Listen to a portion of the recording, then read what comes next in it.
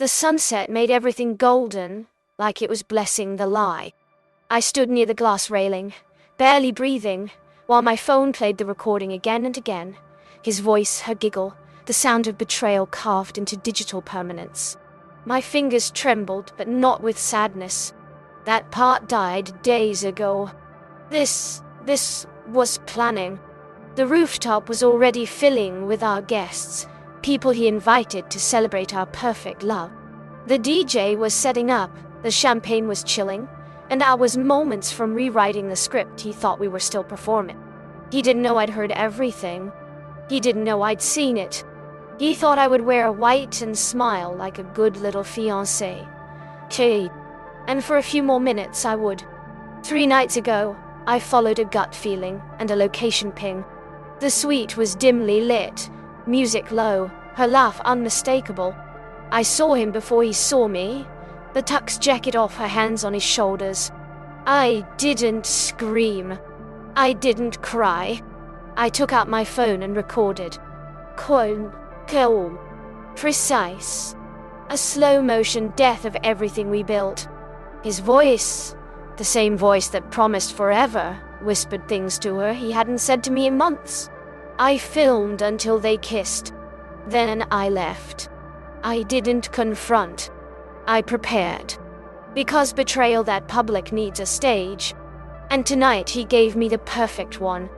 They cheered when he raised his glass. To love that lasts forever, he said, and people clinked their glasses like sheep.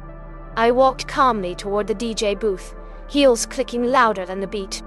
I nodded once to the DJ, who knew exactly what to do. The music cut mid-chorus. Laughter paused. Confused faces turned. I tapped the mic, felt the power in that silence, and said 5 words. This is what he said. Then I hit play. His voice filled the rooftop, oozing through the speakers like venom. Gasps. Betrayal. 1 glass shattered. And he turned to me like I'd set the sky on fire. He didn't move at first. Just stood there, glass halfway to his lips, face pale and flickering in the light like a ghost caught in headlights. Around him, murmurs turned into whispers, and whispers turned into judgment. I watched the mask peel off his face in real time. Not the charming fiancé anymore, just a man exposed. He tried to speak, but his mouth opened with nothing behind it. I didn't let the tape run long, just enough for the names, the dates, and the unmistakable moan that followed. That's when her voice cracked through the air. The woman in red. She was here. Of course she was. She froze like prey. Hand over her mouth, eyes darting for exits that didn't exist. Someone whispered her name. Another guest gasped and turned. Suddenly, she wasn't just the other woman. She was the center of a firestorm. Phones came out. Lights flashed. The atmosphere cracked with tension. And him. He finally moved, not toward me, not even toward her, but backward. Like the truth physically pushed him. She tried to speak, but the weight of shame swallowed her voice. This wasn't just a reveal. It was a reckoning. And every eye on that rooftop knew. I didn't come here to forgive. I came here to finish.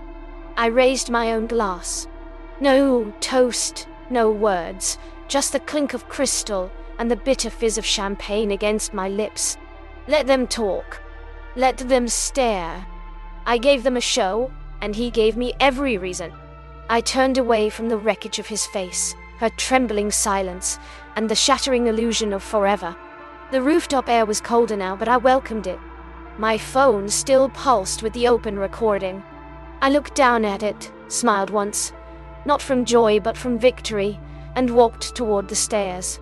The music hadn't come back on. No one dared move.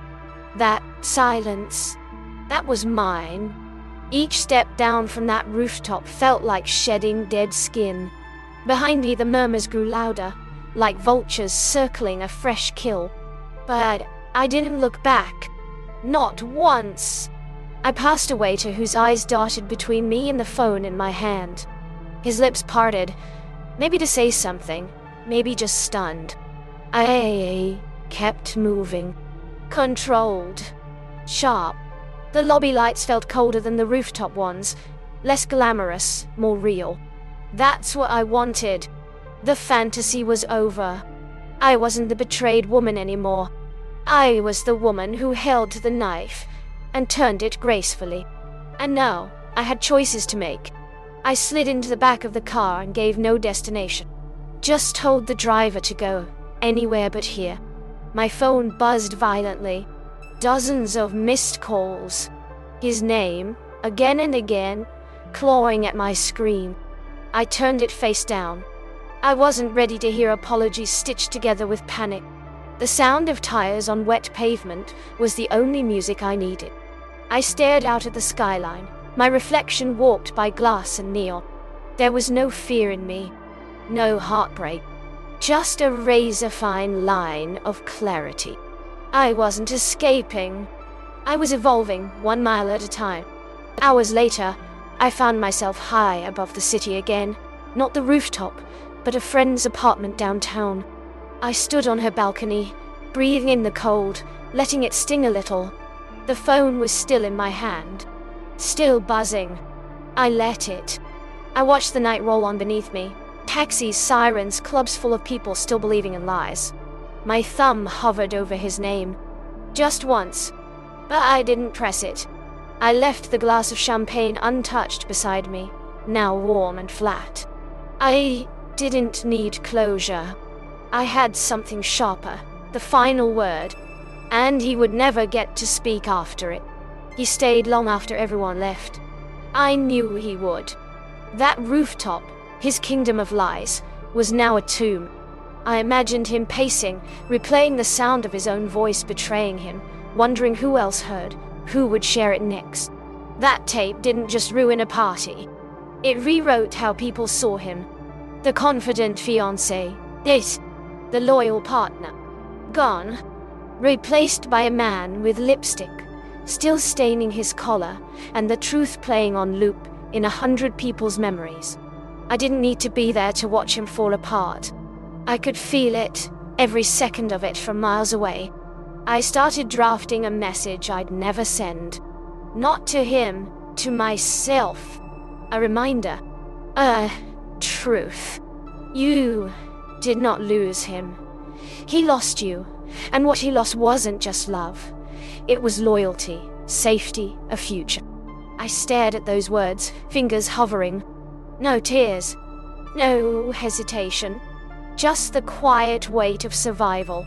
Sometimes after a war, you write the story before the wounds stop bleeding. I saved the draft, locked the phone, let the silence answer for me. He could scream into voicemails, plead in texts, show up at doors I wouldn't open. I didn't block him. I wanted him to see me living unbothered. The next morning I walked outside like I hadn't set fire to a life the night before. The sun was too bright. The world was too normal. But somehow that made it perfect. People passed me without a second glance, no idea that I was the woman from the rooftop, the one who played the tape, shattered the fairy tale, and walked away unburned. My coffee was hot, my steps steady. I didn't need revenge anymore. I had resolution. And as the city moved around me, oblivious and indifferent, I smiled to myself. Let him explain. Let them gossip. I had peace. And he had silence. Somewhere across the city, I imagined him still trying. Still sending messages. Still hoping I'd respond with anger, with pain. Anything that would mean he still mattered. But I gave him nothing. And that nothing echoed louder than any scream ever could. The man who had everything, charm, success, a woman who would have gone to war for him, now had a silent phone and the weight of his own choices. Regret isn't loud. It's quiet, heavy, and personal. And from what I know of him, it would eat him slowly. Perfect. Let it. That night I stood in front of the mirror and took off the earrings he gave me. Gold, tasteful, expensive, but tainted. I placed them gently on the counter, not out of sentiment but precision. Every piece of him needed to leave my life. I wiped off the last traces of makeup, watching my own eyes stare back. Not haunted, not sad, just focused. I looked at that woman, and for the first time in a long time, I respected her. Not for staying, but for leaving on her terms. For standing in a storm she built herself, and walking out untouched. A week later, I wandered into an art gallery.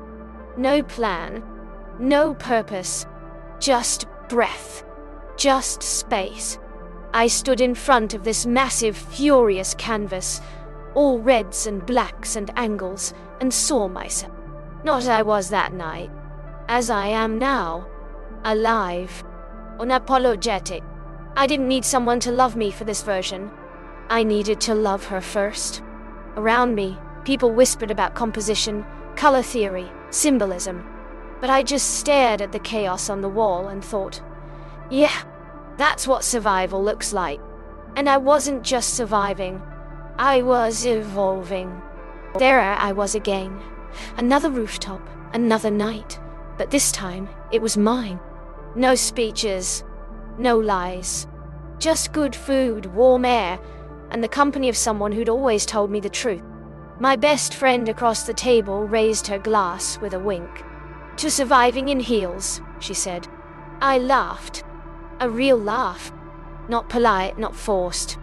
And in that laugh, something cracked open. I wasn't just past him. I was past needing anyone like him, ever again. The skyline blinked back at me like it knew.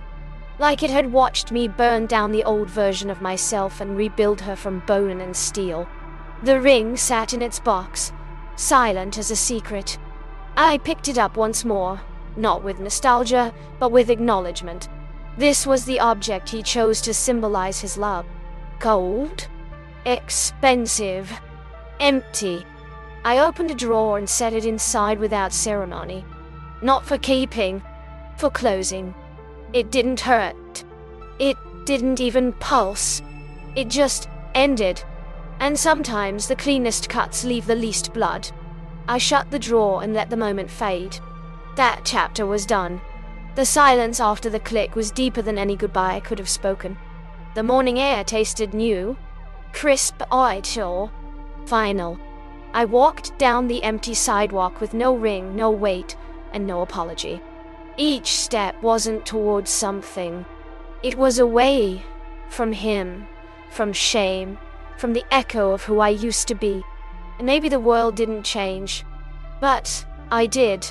I'd recorded his betrayal, exposed it under stars, and left the wreckage without flinching. Not everyone gets a clean ending.